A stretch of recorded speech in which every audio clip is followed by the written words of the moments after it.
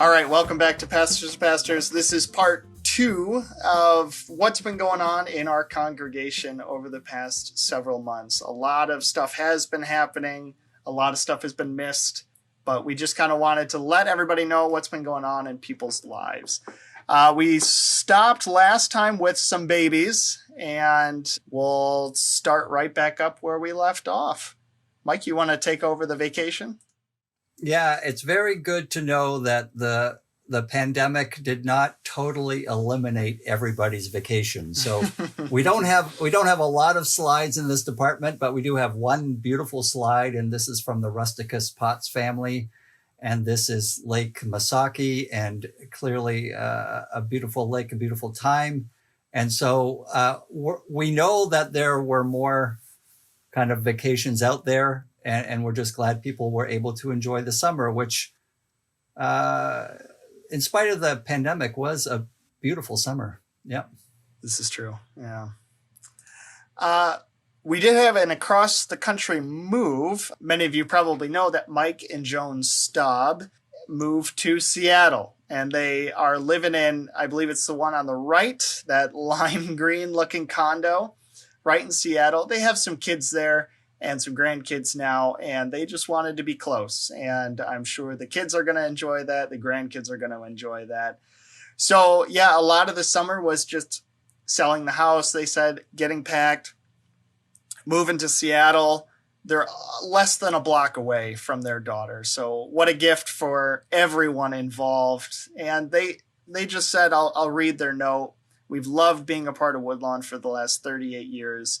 And we wish you and Woodlawn God's continued blessing. And of course, we wish the same for Mike and Joan, who I'm told will probably still be streaming a little bit of our services while they can. So we hope that the move went well and that being with family is good for them. Isn't that funky looking architecture there, Mike and Joan's new place? I think so anyway. It's very Seattle. I think it's Seattle, kind of European looking. Yeah, okay. Yeah. So yeah, life goes on, and these are just random shots from people's lives this summer. Here's Karine Mogg in her home in Georgia, and Karine is someone who never really sits still. She makes the most of every moment.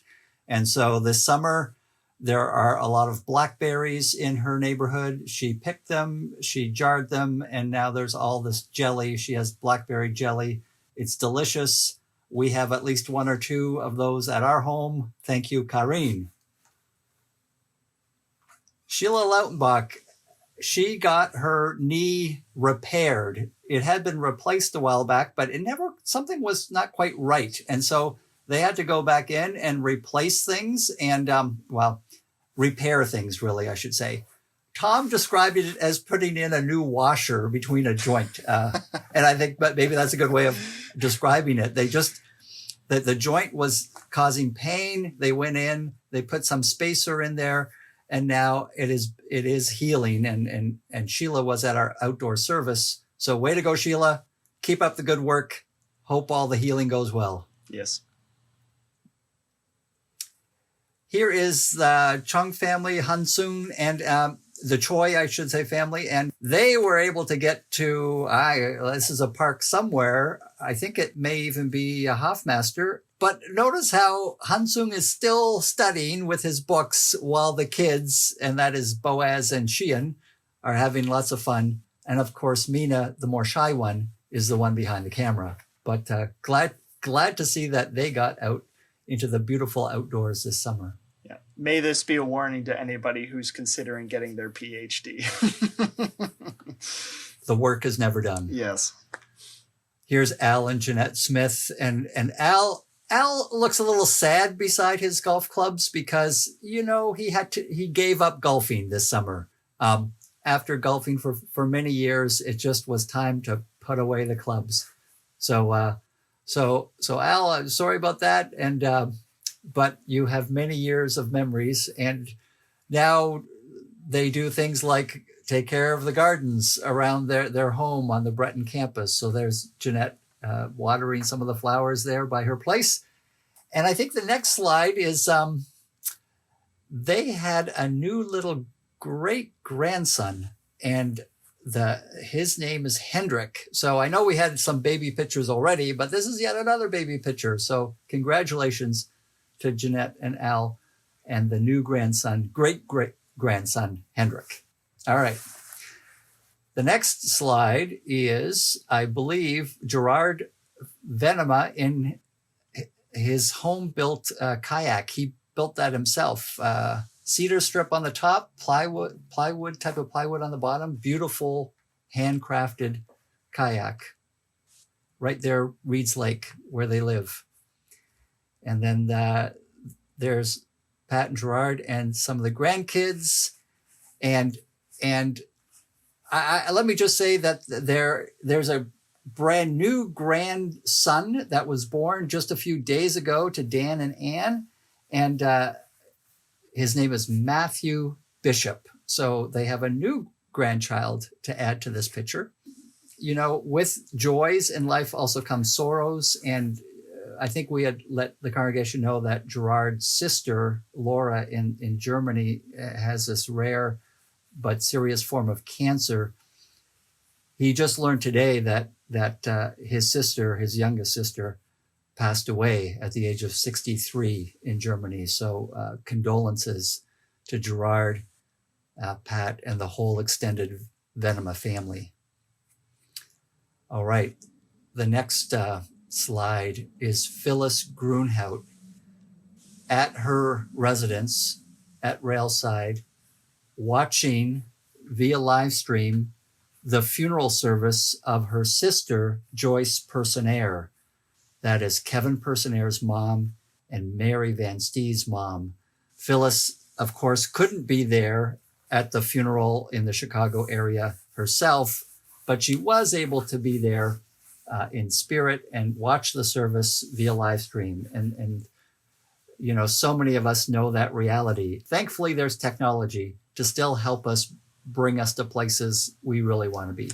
Yeah, you know, it's interesting. Pre-COVID, she just would not have been able to participate in any way because she couldn't have traveled to California. So this is one of those odd silver linings where, because we're thinking about how to do things online, Phyllis was able to attend her sister's funeral, where really that wouldn't have happened otherwise. So that's nice. Right. And I think this is just simply a shot given by Del and Diane Nightcamp. They take a lot of walks through the Calvin's Nature Preserve, and this is a bit of a collage of some scenes from those walks. And then what we have here is a brass quintet from the Grand Rapids Symphony playing a little outdoor concert at Raybrook. And again, the picture comes to us via Del and Diane. So we have God's beauty in nature and God's beauty in music enjoyed by the residents at Raybrook in those pictures, these pictures. Yeah. Yeah. So for a lot of our kids, a lot of our students, first day of school looked a little bit different. Grand Rapids Christian, where the Hester girls, Audrey on the left of these photos and Caroline on the right of these photos. Audrey's the taller one, Caroline's the shorter one. They are doing in-person school at Grand Rapids Christian, but that means wearing masks wherever they go. And so they got a nice picture on their first day of their mask wearing. Holly Hester actually did a virtual 115-mile race. That does not mean she ran 115 miles all at once. You run your miles and track the time. And why 115 miles? She ran across the Upper Peninsula. That's the idea. So congratulations to you, Holly. I hope it was worth it, but I don't see how jogging ever is. So we're glad that you did it all the same. Here is the Damours, Henry and Ina Damours. Henry, who at the picnic said that we're very good at naming our child. So thank you, Henry, for that. Ina gave him a haircut. And I got to say, did a pretty good job. And I think Henry approved, and I think Ina approved. So congratulations, as we're all learning new skills that we never thought we'd have to use during this pandemic.